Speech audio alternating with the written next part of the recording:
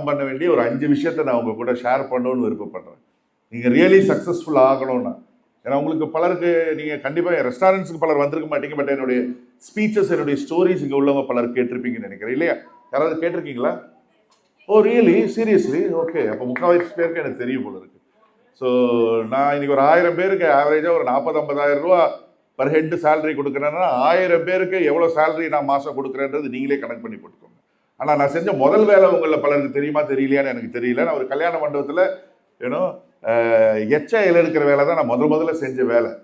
ஆனால் இன்னைக்கு இவ்வளோ பேருக்கு நான் வேலை கொடுக்குறேன். இவ்வளோ பேர் வீடுகளில் ஏதோ என்னால் முடிஞ்சது ஒரு விளக்கறியறதுக்கு காரணமாக இருக்கேன்னா அதுக்கு முக்கியமான 5 விஷயங்களை நான் ஓவர் கம் பண்ணதுனால தான் அந்த சீக்ரெட்டை நான் உங்களுக்கு சொல்லான்னு இருக்கேன். 1, நீங்கள் ஓவர் கம் பண்ண வேண்டியது ஃபர்ஸ்ட் செல்ஃப் டவுட்டை நீங்கள் ஓவர் கம் பண்ணணும். இது ரொம்ப ரொம்ப முக்கியம். Especially women, ladies. என்னால் முடியுமா அப்படின்ற டவுட் இருந்ததுன்னா உங்களால் பெருசாக சக்ஸஸ் ஆகவே முடியாது. You have to over come your self doubt.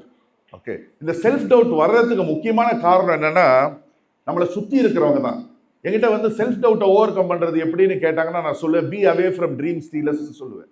உன்னால் முடியாதுன்னு சொல்கிறவங்க கிட்டே கொஞ்சம் நீ விலகி இரு அப்படின்னு. ஏன்னா நம்ம சுற்றி இருக்கிறவங்க யாருக்கும் சுற்றி இருக்கிறவங்களுக்கெல்லாம் நம்ம நல்லா இருக்கிறது ஓகே பிடிக்கும். ஆனால் அவங்கள விட நம்ம நல்லா இருந்துடக்கூடாதுன்னு நினைக்கிறவங்க தான் இன்னைக்கு நிறைய பேர். ஒத்துப்பீங்கன்னு நினைக்கிறேன். எஸ் வரணும்.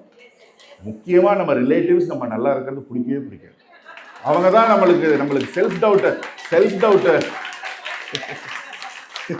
அனுபவம் செல்ஃப் டவுட் வர்றதுக்கு முக்கிய காரணமே அவங்க தான். அதனால அதை நீங்க ஓவர் கம் பண்ணியே ஆகணும். 2வது ஓவர் கம் பண்ண வேண்டியது எஸ்பெஷலி லேடிஸ் ஃபியரை, பயத்தை நீங்க ஓவர் கம் பண்ணியே ஆகணும். பயத்தோட நீங்க எது செஞ்சாலும் அதுல சக்சஸ் நீங்க பார்க்க முடியாது. கான்ஃபிடென்ட்டோட தான் நீங்க ஏதாவது பண்ணா அதுல சக்சஸ் ஆக முடியும். ஸோ அந்த பயம் உங்களுக்கு இருக்கவே கூடாது. தைரியமா நீங்க என்ன நடக்கும், ஒன்னும் தோப்பீங்க இல்லை ஜெயிப்பீங்க. இது 2க்கு மேல வேற எதுவும் நடக்காது. இல்ல கீழே விழுவீங்க, விழுந்தா எழுந்திருச்சிருங்க, திருப்பி கீழே விழுந்தா திருப்பி எழுந்திரிங்க. தோக்காம இன்னைக்கு யாருமே ஜெயிச்சது கிடையாதுங்க. அதிகமா தோத்தவங்க தான் பெரிய அளவுல ஜெயிச்சிருக்காங்க. 3வது முக்கியமா பொம்பளைங்களுக்கு கொடுக்க வேண்டிய அட்வைஸ், இது ஜென்ஸ் ஃபுல்லா இருந்து ஒரு அவார்டு வாங்கியிருந்தா நான் இதை சொல்லியிருக்க மாட்டேன். லேடிஸ் இருக்கிறதுனால இது சொல்லியே ஆகணும். 3வது you have to over come your anchor. இப்ப கை தட்டுங்க, நல்லா கேட்டுக்கோங்க. இந்த கோவப்படுற பொம்பளைங்க இருக்காங்களே, எதுக்கு எடுத்தாலும் கோவப்படுற பொம்பளைங்க ஜெயிச்சதா சரித்திரமே கிடையாது. நீங்க வியாபாரத்துல தொழில்ல பலவிதமான மக்களை சந்திக்க வேண்டியது வரும். எல்லாத்துக்கும் ரியாக்ட் பண்ணிட்டு வரீங்கன்னு வைங்க. இப்ப ஒன்றும் இல்லை, என் தங்கச்சி ஆர்த்திக்கு நிறைய மெசேஜஸ் வரும். என்ன எல்லாத்துக்குமே கோவப்பட்டு இருந்தாங்கன்னா அவங்களால பிசினஸ்ல சக்சஸ் ஆக முடியுமா? கரெக்ட் மீ ஃபேவர் வாங்க. எஸ் வரணும்.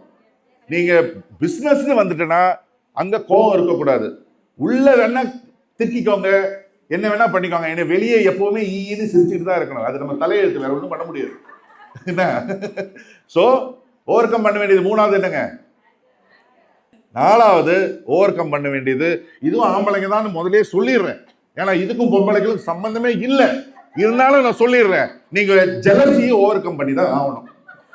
இல்ல எங்களுக்கு தான் ஆம்பளைங்களுக்கு தான் அதிகமா பொறாமை இருக்கும். இருந்தாலும் உங்களுக்கு இருக்கிற கொஞ்சம் பொறாமையும் நீங்க ஓவர் கம் பண்ணிட்டீங்கன்னா பிசினஸ்ல பெருசா சக்சஸ் ஆகல. ஏன்னா பொறாமைன்ற ஒரு விஷயம், மற்றவங்க வளர்ச்சியை பார்த்து பொறாமப்பட்டா நம்மளை கடவுள் வளர வரவே மாட்டான். நல்லா கேட்டுக்கோங்க. மற்றவங்க வளர்ச்சியை பார்த்து நம்ம சந்தோஷப்பட்டா நம்மளுடைய பிசினஸ்ல நம்ம சக்சஸ் ஆகலாம். எஸ் ஆகணும். கடைசியா நீங்க ஓவர் கம் பண்ண வேண்டியது ஃபெயிலியர்ஸ்.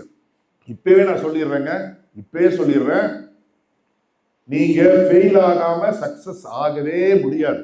உங்களை நீங்க ஃபெயில் ஆகிறதுக்கு தயார் பண்ணிக்கோங்க. You will fail 100%. You will fail. Okay, திருப்பி எழுந்திரிங்க, விழுந்தே கிடக்காதீங்க, திருப்பி எழுந்திரிங்க. நீங்க எந்த இலக்கை நீங்க அடையணும்னு நீங்க நினைக்கிறீங்களோ அந்த இலக்கை நீங்க 100% நீங்க அடைவீங்க. திருப்பி நீங்க எழுந்திரிச்சா. ஸோ கடைசியா ஒரு விஷயத்தை மட்டும் நான் சொல்லிட்டு முடிச்சிடுறேன். நிறைய பேர் என்கிட்ட சொல்லுவாங்க, கேட்பாங்க, நபீல் நீ சொல்றதெல்லாம் நான் கேட்கறேன், பட் இருந்தாலும் என்னால் சக்சஸ் ஆக முடியல அப்படின்னு சொல்லுவாங்க. அதுக்கு என்ன முக்கியமான காரணம்னா, இறை அருள் நம்மளுக்கு இல்லாததுதான் முக்கியமான காரணம். இறை அருள் அப்படின்னா என்ன? 24 மணி நேரம் சர்ச்சிலையும் மாஸ்க்லயும் இல்ல கோவில்லையும் போய் உட்கார்ந்தா அந்த இறை அருள் கிடைக்குமா? கிடைக்காது. இறை அருள் நம்மளுக்கு வேணும்னா சக்சஸ் ஆகிறதுக்கு முக்கியமா இதெல்லாம் few things I cannot explain. I am experienced. So many people are experiencing.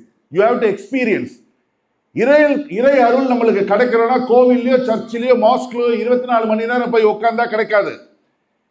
இறை அருள் இருந்தாதான் நம்ம லைஃப்ல சக்சஸ் ஆக முடியும். அப்ப இறை அருள் கிடைக்கிறதுக்கு நம்ம என்ன பண்ணணும்? Very simple.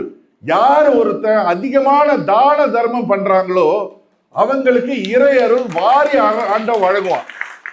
எங்க இஸ்லாம்ல சதக்கா அப்படின்னு சொல்லுவாங்க. நீங்க யூ வில் எங்கேருந்து உங்களுக்கு பிசினஸ்ல சக்சஸ் ஆகிறதுக்கு ஹெல்ப் வருது, எப்படி உங்க கஸ்டமர் வராங்க உங்களுக்கு புரியவே புரியாது. நீங்க இதை மட்டும் பண்ணி பாருங்க. தான தர்மம் வாரி வழங்கி பாருங்க. கொடுத்தா குறையும்னு வாங்க.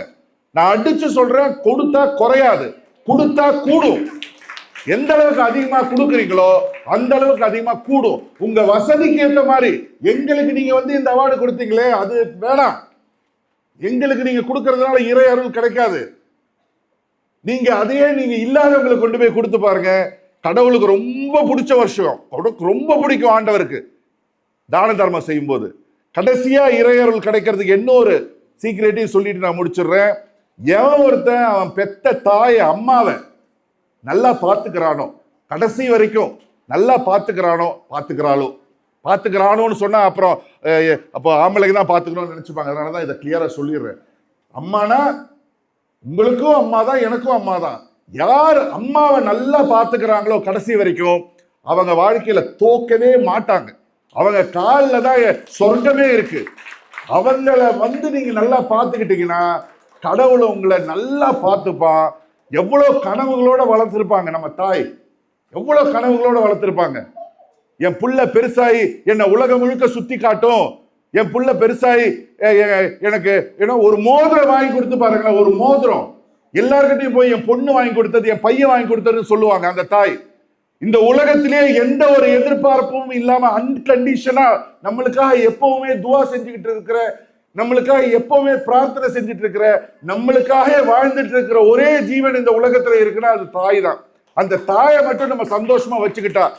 ஏன்னா இன்னைக்கு பாத்தீங்கன்னா ஒரு ஹக் பண்ணி ஒரு கிஸ் பண்ணி ஐ லவ் யூ அம்மான்னு சொல்ல கூட நம்மளுக்கு நேரம் இல்லை. பிசினஸ் போயிட்டு இருக்கோம். அந்த தப்பை மட்டும் பண்ணாதீங்க. அவங்களுக்கு கொடுக்க வேண்டிய நேரம், அவங்கள எவ்வளவு நாள் இருப்பாங்க நம்ம கூட, எவ்வளவு நாள். Just imagine. இல்லாதவங்க கிட்ட போய் கேட்டு பாருங்க, அம்மாவுடைய அருமை தெரியும். இருக்கும்போது நம்ம அலட்சியப்படுத்திடுறோம், we take it for granted. இல்லாதவங்க கிட்ட போய் கேட்டு பாருங்க. நீங்க சக்சஸ் ஆகலான்னு நினைச்சிட்டு இருக்கலாம் பலர். அம்மாவை சரியா கவனிக்கலாம், எப்படி சக்சஸ் ஆவீங்க? தான தர்மம் பண்ணலன்னா எப்படி இதுல உங்களுக்கு கருத்துல வேறுபாடுகள் இருக்கலாம். சக்சஸுக்கும் தான தர்மத்துக்கும் என்ன சம்பந்தம்னு, அம்மாவை பார்த்துக்கிறதுக்கு சக்சஸுக்கும் என்ன சம்பந்தம் இருக்கு.